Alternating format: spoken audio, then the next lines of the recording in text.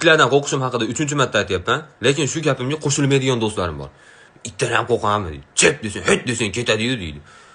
U eshitmasa-chi chep deganimni. Qulog'i kar it bo'lsa-chi, dadasi bilan ayasi qandash bo'lsa-chi, qulog'i mundayroq bo'lsa-chi uni.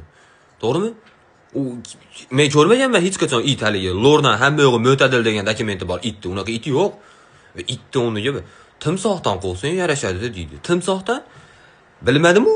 Bizning mahallada timsoh baqmaydi hech kim. Bilmasam nimaga ekan. Timsoh baqishmaydi qandaydir. Timsohni agar timsoh bilan meni fanstrecham bo'lishi peshanamga yozilgan bo'lsa, men qachondir pul to'lab timsoh yashaydigan joyga borishim kerak. Men bormay hech qachon. Timsoh unaqa tez ham yurmaydi.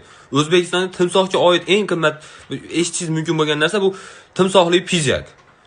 U ham haligi timsoh qotilligini puliga zakaz qila oladigan darajada puli bor odamlar zakaz qiladi. Men qadi unaqa materiallar, men eshitgan eng qimmat material pombalqut. U timsohli material, oho.